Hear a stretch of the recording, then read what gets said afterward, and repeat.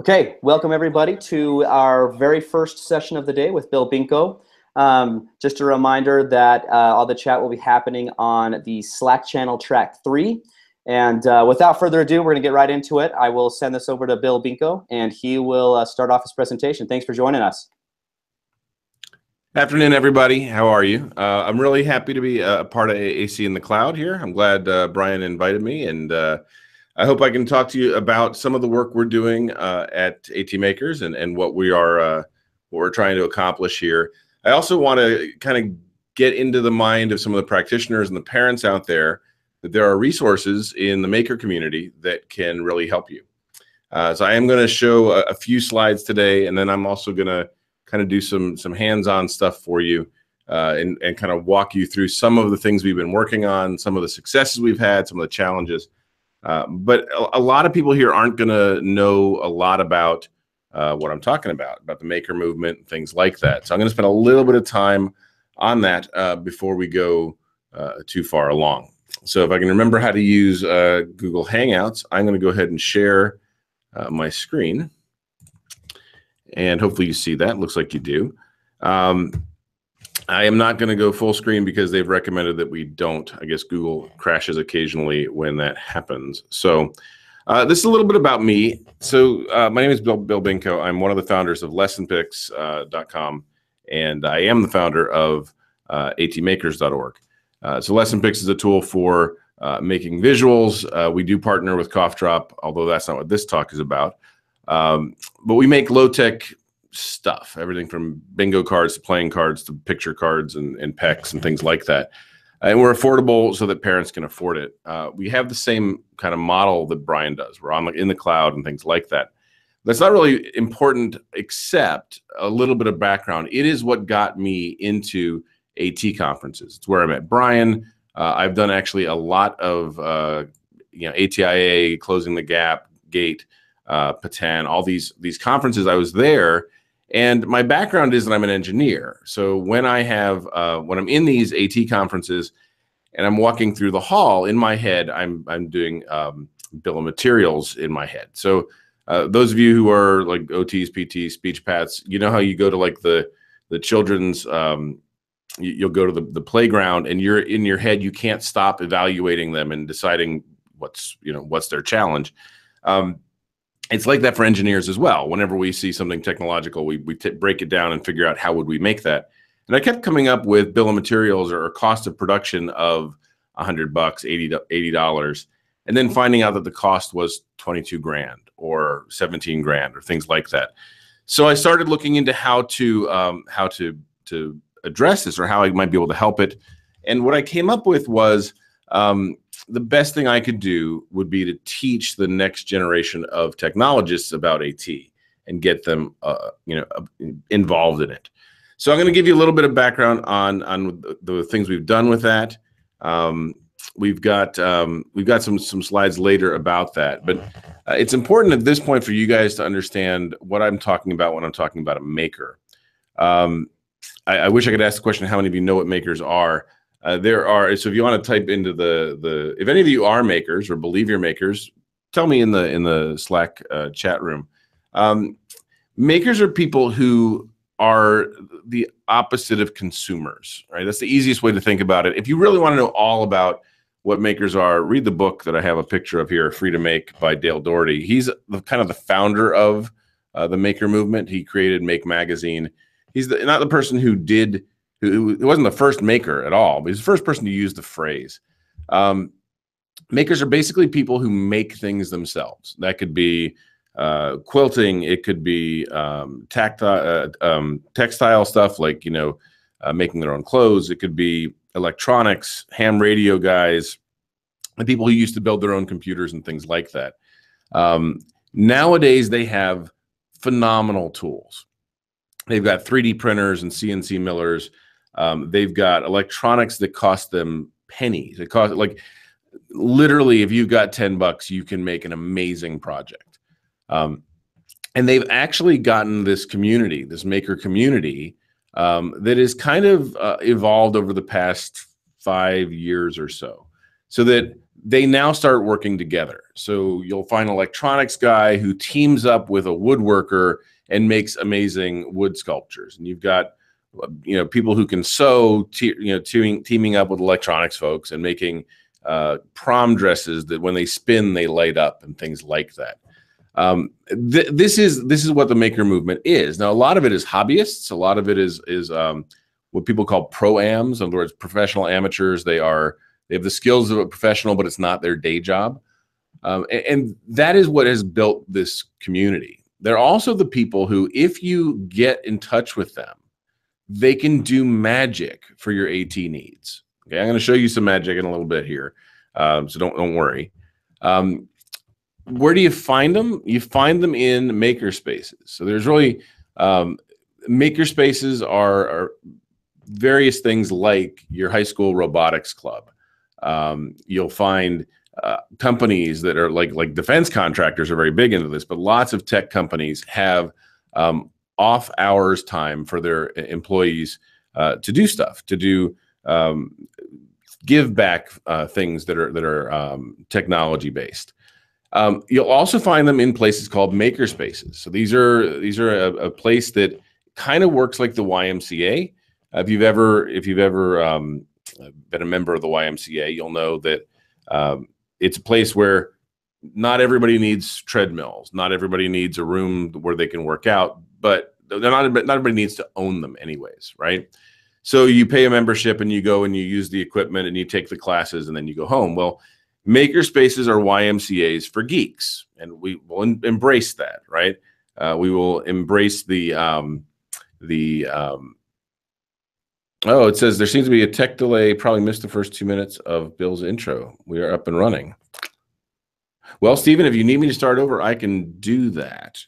Sorry, Bill. Yeah, we started broadcasting, but there was a bit of a delay. But it seems like everyone can see and hear you now, and probably have so for about the last 4 minutes. So okay, so I won't back up too much here, other than to say I founded ATMakers to introduce assistive technology to the next generation of technologists. I think that's important for them to get the point.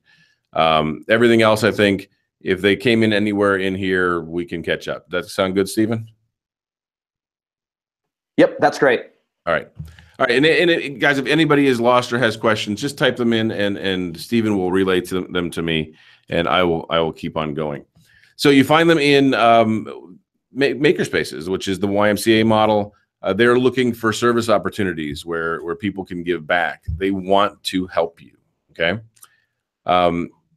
It is really important for AT folks to engage the makers in their world. The picture on the right that has the little word ATMakers, some of you will recognize that as a cough drop, sorry, wrong name. That it is a candy corn switch from AbleNet. It is a proximity switch or a capacitive touch switch. When you very, very lightly touch it, it will activate. If any of you have ever worked with it, you'll also know that it's almost impossible to mount. So it's got little tiny screws. You can't position it. They give you a magnet, which is great, or everybody ends up using Velcro, which is just an unhealthy nightmare. So if you're in a medical environment or anything remotely sterile, Velcro is a train wreck.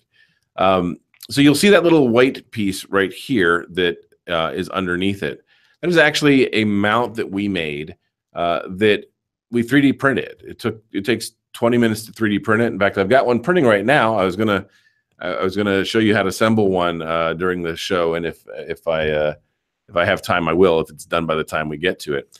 But this part right here, this white piece that's underneath it, costs about 12 cents in plastic. It costs about a half an hour in time, and it does cost a T-nut, which is about 20 cents. Let's say it's $1. And it takes that $300 switch and it makes it amazingly more valuable because you can now mount it on any camera mount, standard camera mount, any kind of gooseneck or suction cup or anything that has a standard camera mount on the bottom is available for you as a mounting tool. We make our own, we can fully print 3D switches. We can make tools that let you, I have a video of Ella Hunt driving her power chair because we made a switch, an adapter that took 2 switches and let her control 3 input switches to her chair. These are things, just a few of them that we're working on. And the main reason for this is that there aren't these resources at the point of delivery. So you guys aren't going to find, you're not going to find the engineers available to you at a reasonable cost in your schools, right? You're not going to have people who can make that last mile, that last step for you to be able to get that exact positioning device that you need to get it onto the child's hand or whatever it is. So I'm going to show you a few things today. I'm going to go back to the slides in a minute, but I want to show you a couple of things. A lot of you will probably think, oh, these are the kind of people who like switch adapt toys. We do. Like this is a switch adapted bubble blower here, but we're also the guys who completely print the switch, right? So this is a 3D printed switch. I'll take one apart in a minute, but every part of this, every single part other than the little tiny button in the center was 3D printed, and you can make it any size. This one has actually got a 1-inch mount to go onto a medical chair rail and be able to use it. And you'll see it works. I'll show this here. All right. So it works fine. Turns out some of these devices are not rocket science, and they are probably overpriced. And there's good reasons for that. I'll kind of go into them here in a second. Before I do, I like to tell everybody there's no evil people here. I think Brian would agree with that. We've both gone to lots of the same AT conferences, and lots of people working in AT are working in an environment that doesn't make it, it is not competitive. It is not an environment where there is the normal competition on price and availability. And the people are trying to do the best that they can in the environment that they're in. But fundamentally, that environment is broken. And so I'm going to go on and kind of show you what I'm talking about here. But funded AT, assistive technology, is fundamentally broken. It is, in 2001, we introduced they introduced the ability to get speech generating devices funded by Medicare and Medicaid, what's called CMS. The prices that for a speech generating device in 2001 was $7,500. The price for a speech generating device in the schedule is $7,500 today. That is broken. The rest of the world doesn't work that way. And to explain this a little bit, I'm going to talk about something called Moore's Law. Some of you know this. Others of you think I'm getting too geeky. This is probably worth you learning about. Okay, Moore's Law is something that all the engineers know about. A gentleman named Gordon Moore came up with it. He's also the guy who founded Intel. And basically it says that every 18 months, the number of transistors that you can fit in a given area will double. What that means for you guys, it's something that he recognized in 1965, and it has stayed true until today. What it means to the everyday technology user, which is effectively everybody, is that every 18 months, either the computers are going to be half the cost, or they're going to be twice as powerful, twice as fast. Okay, and that has tracked. That has absolutely tracked since 1965. It is still true today. This is the size of the same transistor year over year. And here's a good example. In 1989, an i486, which some of you might remember, which had these speeds, was $900. Today it is 47 cents. And that is because it is being impacted by Moore's Law. Because we got CMS involved in the funding of AT in the early 2000s, that law does not apply to funded AT. The cost of these devices should have fallen. It has fallen. The cost to generate them has fallen. The consumer price, the final price, should have fallen as well, but it's not. And the reason is that in order for this price to fall, a congressman has to go and say, let's spend less money on special needs kids, and it's a political suicide that won't happen. And I'm not encouraging it to happen. I don't want people to spend less money on AT. I want them to spend it more intelligently. So what are we going to do about this, and what happens in this market instead? Good AT vendors, and we have lots of them out there, behave rationally. They don't compete on features, price, or availability. They compete on outcomes. So they provide support, they provide training. They make sure that they track their users. They make sure that they are succeeding, and they make sure that when you think about an AAC device, you're thinking about one of these vendors that has done a good job in the past. It is still broken, however. So as good as that design, as good as that motivator is, if you're a company and you have your primary funding source providing $7,500 for a device or $20,000 for a power chair or whatever other AT you want to talk about, your stakeholders are not going to let you take 800 instead of 7,500. That's not going to happen. So until that changes, and I'm not entirely sure how to make it change, these vendors are going to compete on outcomes and support and other things. But it's fine for the people who get funded through CMS or through their insurance company, which follows CMS. It isn't okay for people who don't get funded because they're screwed. There's lots of problems for the people who are funded, but for the people who aren't funded, there are no affordable options. It's one of the reasons that I like Cough Drop. It is an affordable option. It goes against this mold. But this is not a Cough Drop pitch here. He is just one of many people. And Brian is very much a maker. He fits the mold perfectly. And he's one example of people who are doing this differently. So let's talk about how makers can help. Well, they have an amazing arsenal of technology, and Moore's Law is in effect. They can literally replace a $17,000 device for $100. Now, they can't provide the support that came with that and the training and the warranty and things like that. But at some point, buying 6 of them at $100 and not getting the support or the durability is a better approach. They can create one-off solutions that are specific to the one child that you're working with, that is molded to their hand, that has exactly the features that they need. They can make that for you. They are already near you. They are in your STEM clubs. They are self-aggregating, and once somebody tells you they're easy to find, they are very, very hard to manage. I don't have a solution to that. I am one of them. I am very, very hard to manage as well.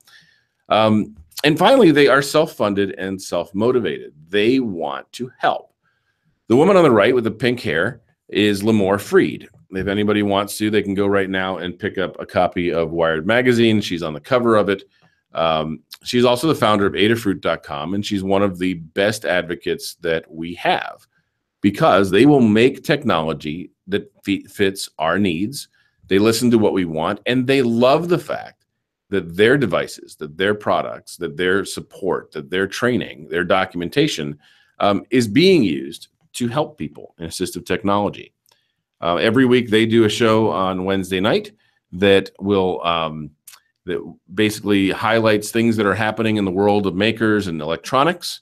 And every time they have an opportunity to show an AT device that is working, they rave about it. I will be happy to post some links if we want. I can share it through the response on the Slack channel when this is over, of videos where they just go nuts over their device is being used in a power chair. I've got a video I'll click to real quick here. I think maybe wrong one. Yep, sorry, wrong one. There we go. So this is a video here, and hopefully this doesn't crash, of Ella Hunt using, and I'm going to mute this. Ella Hunt is powering her power chair, and she's doing it using a device that we built that lets her use 2 switches to drive that chair. When the folks from Adafruit see this, they rave about it. They love it. It is more important to them than the $20 in parts that I bought from them because it shows them doing good in their community. Okay. By the way, she was down here with me yesterday. I took her out to the beach. And that was quite the experience to take somebody that medically fragile out to the beach. But I will tell you that these folks want to help. So let's let's take a look for a second about my last straw. So these nice ladies up here that says sup browse, these are my last straw. These were the thing that made me create ATMakers. A few of you will CMS, I don't know what it stands for. It's the Medicare Medicaid standard. Somebody asked that in the Slack channel. Sup browse was a project that Adafruit posted where the woman on the left, who's Becky Stern, and the woman on the right, whose name I don't remember. I should, but I don't. If you watch, as they raise their eyebrows, you'll see that the little lightning bolt on their head goes up and down. Now, what they've done there is they've taken a EMG switch that measures the muscle contraction in their eyebrows, and they've hooked it up to a Bluetooth device that tells their phone to text the word sup to the other one. Right? So they're walking around. If they raise their eyebrow, the other one's phone says sup. Okay? Now, this is a funny project. It's cool. Every high school kid I show it to thinks it's hysterical. And everybody who's been in AT, especially for low incidence kids, gets really kind of grumpy because these devices are magical for a low incidence special needs kid. These EMG devices, these EMG switches, instead of sending the word sup, could be controlling iOS switch control, could be sending messages to their computer to handle scanning, all kinds of things. And yet, when you go to the ATIAs and the closing the gaps of the world, and you look for an EMG switch, you are minimum low thousands, up to 20 grand to get an EMG switch. And these ladies made theirs for under $100. So the EMG switch on their forehead is a MyAware switch. It's $35. The rest of the electronics is about $60. So you're about $100 and you're done. And you have an EMG switch that controls anything on your phone. So we took this and made it control iOS switch control. A very tiny change. And that was the very first thing that got us going down this track. All right, so I'm going to quit talking over PowerPoint for a minute. I'm going to try really hard to, if I can get this back up, there we go. Instead of that, I'm going to switch my camera, quit showing my screen. Hi, we're going to switch camera here for a second. And I'm going to show you some technology that these folks use, okay? Some of these are projects we've done. Some are just things that that you probably haven't seen before. I showed the bubble blower. It's just got an AT switch stuck into the side. But let me go ahead and show probably the thing that got us the most press is that we made our own AT switches. Sorry, we made our own AT switches. This is one of them here. You'll see that this just unscrews, and inside of it there's a spring, a top. And in here, there's a little tiny, maybe 25 cent, maybe 35 cent button in here that is soldered onto a wire. This is also, we put this on here as well. So let's say this was $1. This is probably the most expensive thing, 30 cents, maybe $2 worth of plastic because I have this nice big clamp here. Let's just say it's under 10 bucks to make this. And every high school STEM program in the country has a 3D printer, and every one of them has the soldering skills to make this. So what I would suggest is get to know your local STEM club, right? We're happy to do introductions. We're happy to give you guides to present to them that say, can you make this for me? But they have got the skills that you guys need, okay? So that's one. Here's another one that is primarily 3D printed. This is actually a pen holder.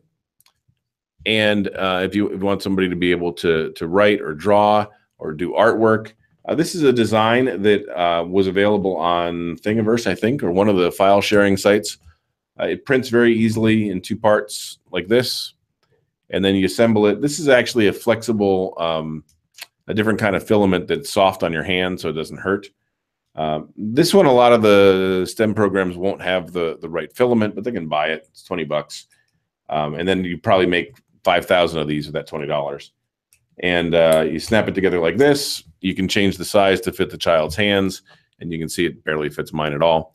But this is a great use for it. And this is very low tech and would be hard to find, but it's very easy to print, okay? Now, a lot of this has to do more with AT than it does about AAC. So I want to show you guys this one.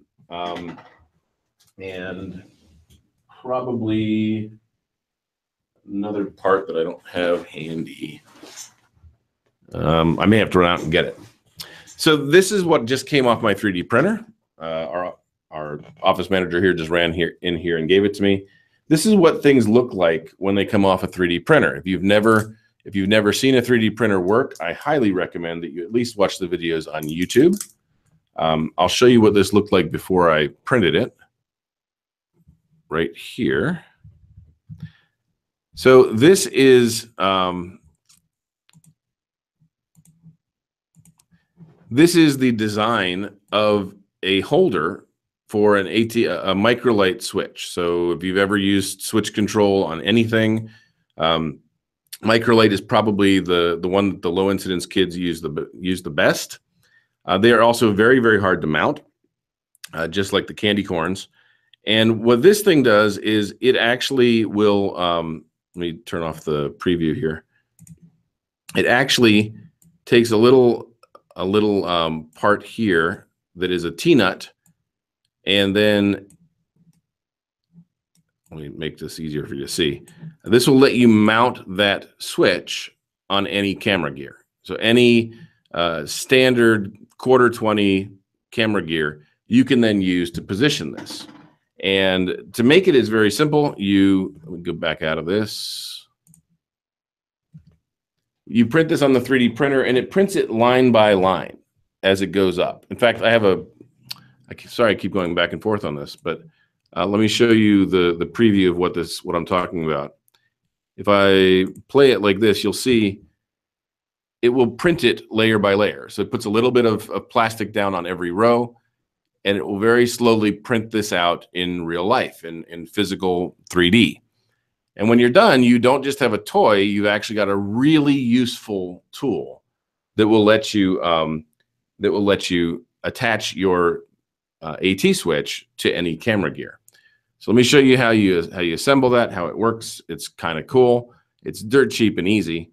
So here it is when it comes off the printer bed. It looks just like this. It's got support structures that hold things up here, which hopefully I can pull out without any tools. We'll find out. This might need to be done at the end of this chat. Let's see.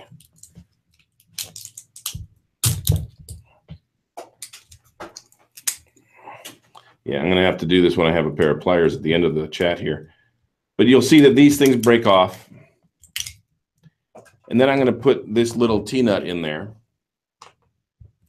And then all of a sudden, you'll have the ability to screw your part down on any camera gear. So we'll do that at the end of this. Let me continue through. I didn't bring a pair of pliers, which is what I was looking for a minute ago. Here's another example. This is actually a bar that goes on a PerMobile mounting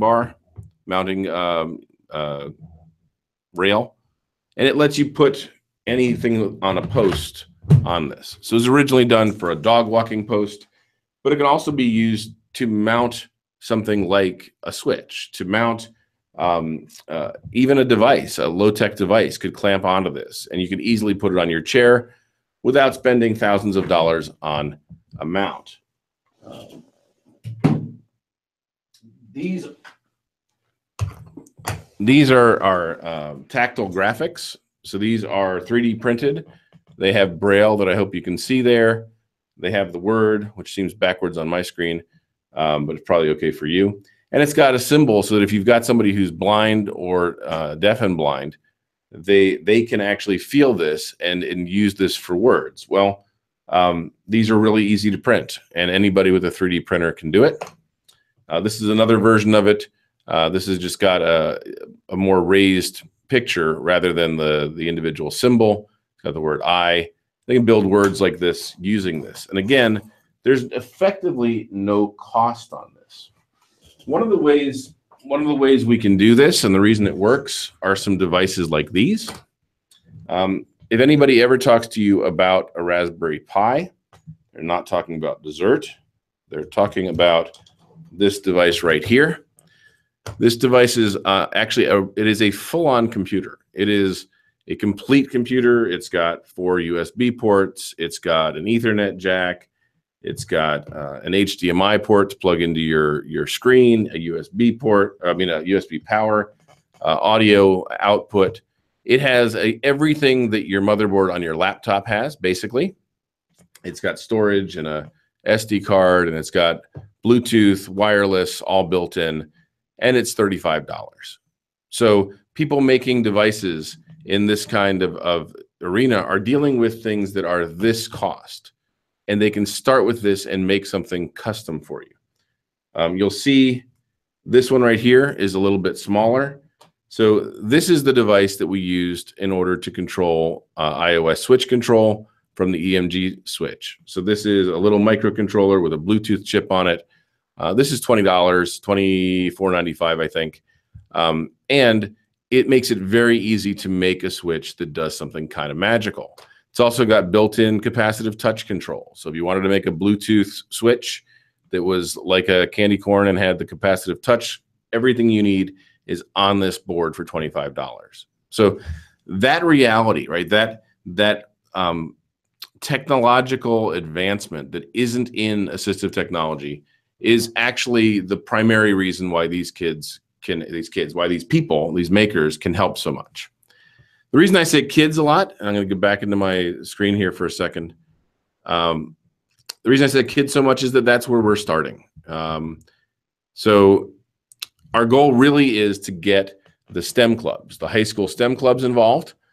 We want to introduce the ATs to the STEM clubs, to the robotics teams, get them involved, get them to understand that they exist very much. The robotics teams don't know AT exists, and the other ones don't ever think about them in terms of a solution.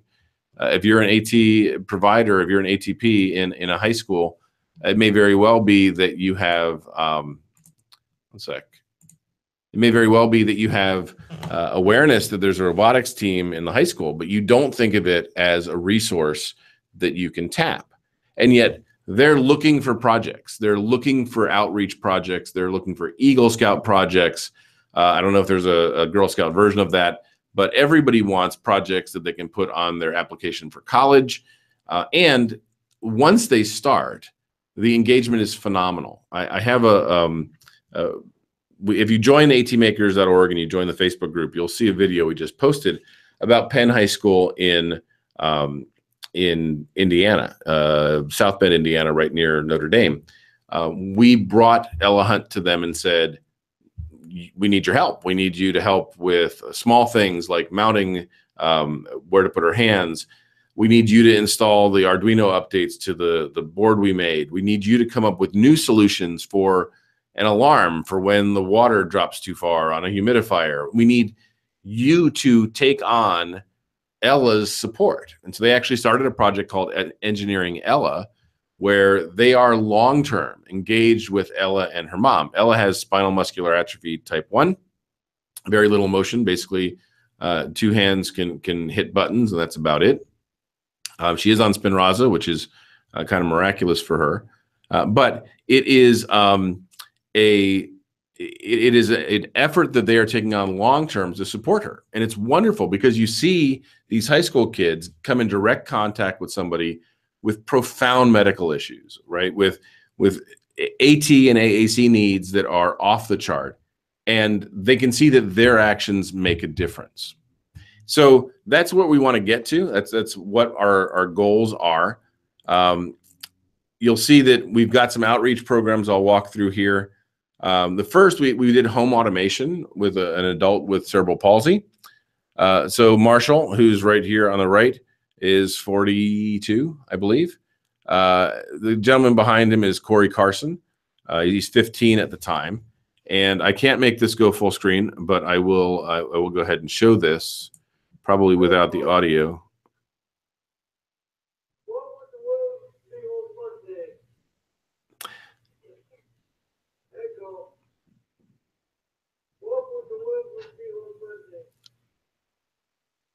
On Monday, August 1st in Newport Richey, you'll see some sun and thunder.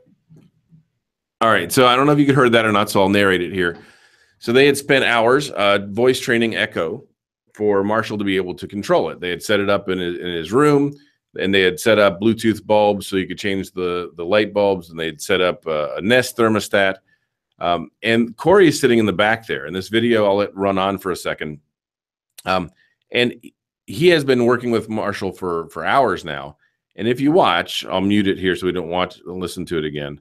But if you watch Corey's face, this is what we see a lot of, right? That is a kid who is really proud of a 42-year-old man with cerebral palsy and his own action in trying to help him, right? He is very happy, and he actually has accomplished something that changed somebody's life. So we want to do lots of that. That is a project that any high school kid can do. And if they're in a STEM club, they can absolutely do this. You need to be able to do low voltage wiring, install a thermostat. This is not a challenge for them. You need to install apps. Every kid can install apps. They do the interview with the adult to say, what do you need? What do you want to control? Here are some options. And in this case, it really has helped out that child tremendously. So that's one. Why is this not going to the next slide? There you go. We worked on a Go Baby Go project, and I'll make this one muted and just let it run in the background while I talk about it. These kids are perfect workers for doing a Go Baby Go project. Many of you already know about Go Baby Go. In this case, it's a young man with CP, and he is first time driving around with all the other kids on the playground, right? So they all have their tricycles, and he's now able to join them on the playground. This is, again, not a technically challenging project for these kids. You see over here on the left, these are two STEM club members from a high school. We had the University of Florida, which is my alma mater, come down. Their engineering team did some work on doing 12-volt cars instead of 6-volt cars. And so we did that. This is a very, very happy young man in a Jeep. And this is actually my favorite. These are my favorite two pictures of the day. I love sharing these. The little boy on the right, this is Zachary. He was really sick of us taking so long. So he put his friend, who also has CP, on the ATV, and they just pushed each other around because we were taking too long. And the one on the left shows Christopher here. So shows this young man here. Sorry, that is working with us. And this girl just noticed that he was bored. So she sat down and she played with him, pushing the swing in this therapy center. It shows that these are normal kids, right? These are normal kids. These high school kids are engaged with them and are treating them like normal kids. So those always make me really happy to go over. This is another one that we did. We did a toy adaptation. I won't show this video because it takes a little while. But the young man on the right is Max Lasko. He has, you'll find him on maxstrength.org. And he has spinal muscular atrophy type 1, very little muscle movement.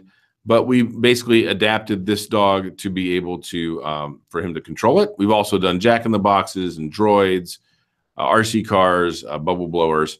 So lots of switch adapted toys being done in here.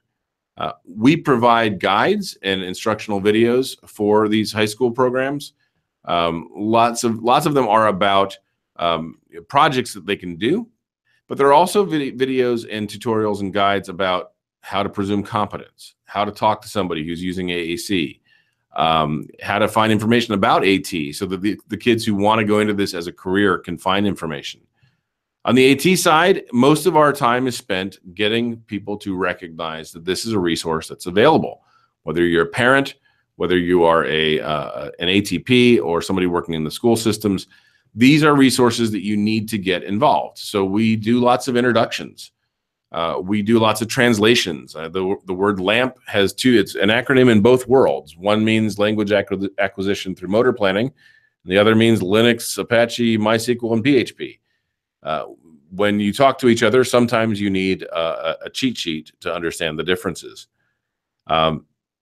I think at this point, I'm going to, while I work on showing you this stupid thing that wouldn't pop out. If there are any questions, I'll be happy to take them. But also, I'm going to leave up this next slide that shows how you guys can get involved, how you can get some help. We've got a Facebook group, which is where I would recommend that you go first. You just look up ATMakers and you'll find it. The Facebook group has got most of the in-flight work is there. In fact, right now, if you go there, I'll show you briefly. Maybe I might show you briefly. Might not. There you go.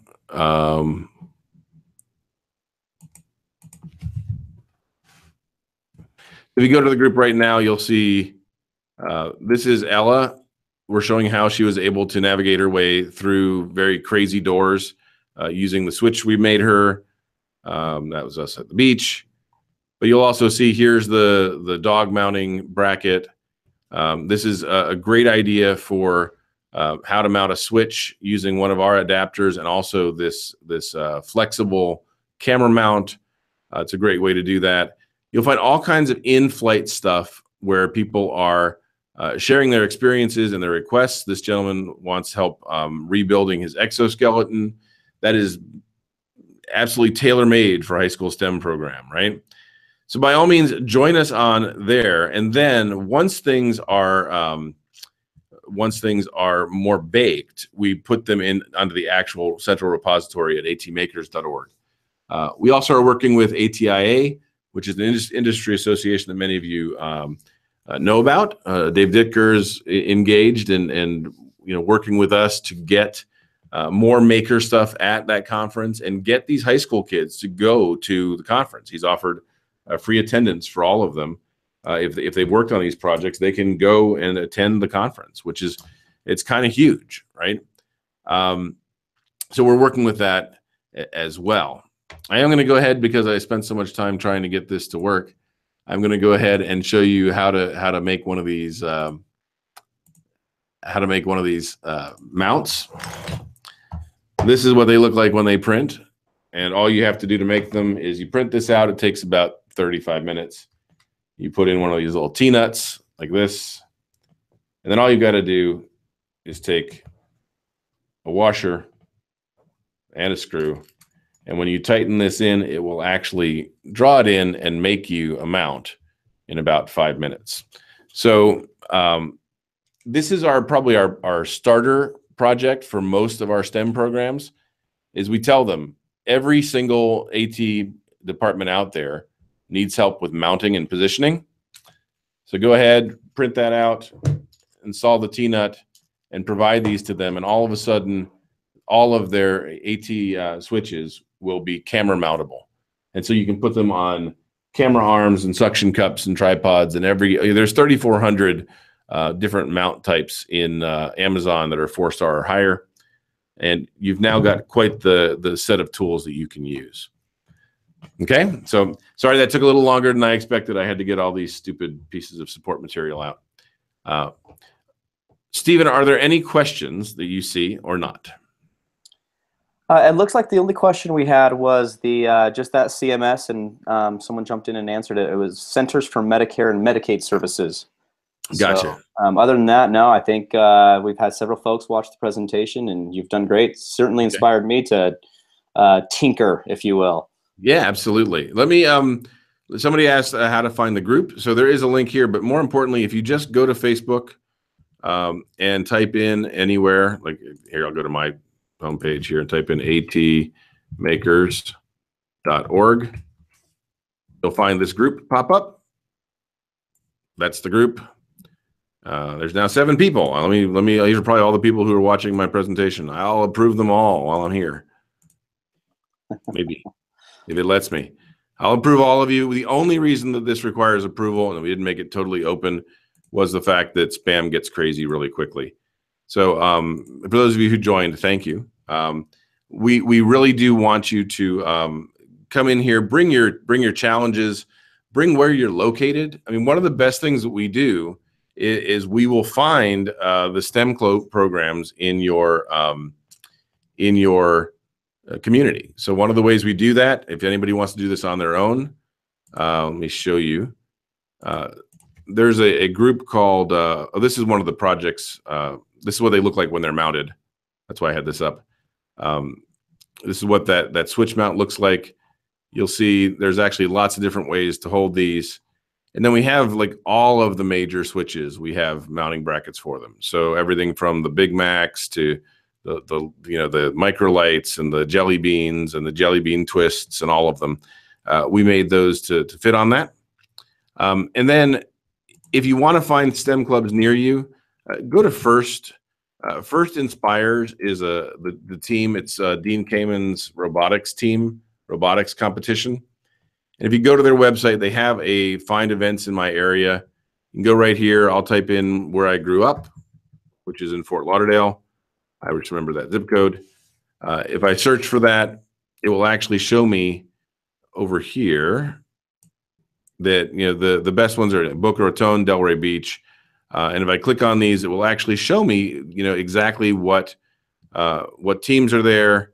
It shows me when they joined, what high school they're at. A lot of times you'll find that the lower the number, the better the team, because they've been around longer. And so these guys have been there for 5 years. Their nickname is Arcade. They've got the ability to do any team on here has got the ability to do everything that we work on. So don't think you've got to find a world-class engineering program. You just need to find anything. Okay. I think we're about out of time. I want to thank everybody for putting up with my desire to make that switch for you. It's just once I started it, I didn't want to stop. If you guys do have any questions, feel free to post them in Slack.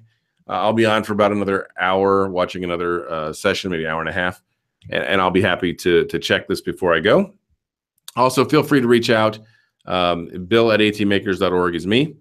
You're always welcome to reach out to me, and I'll be on the Facebook group all the time.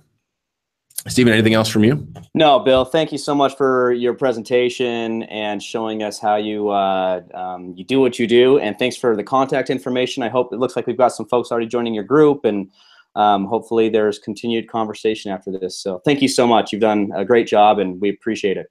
Yeah, I'm happy to be here, and thanks for having. I love the idea of the conference, and hopefully this will be an annual thing. Yeah. I'll give you an update next year. Yes, way to kick it off, and we'll be in touch. And everybody, this presentation will be available indefinitely on YouTube, as long as Google keeps things free. So that'll be available, yeah, we'll have access to everything Bill showed us here today after. So thanks again, Bill, and we'll keep an eye on Slack. And actually, there's just one thing. We will do just a quick survey after this for any kind of questions or feedback or input on this. So just keep an eye on that track in the Slack channel, and we will post a link to that survey. Thanks again, Bill. Appreciate it. All right, we'll see you.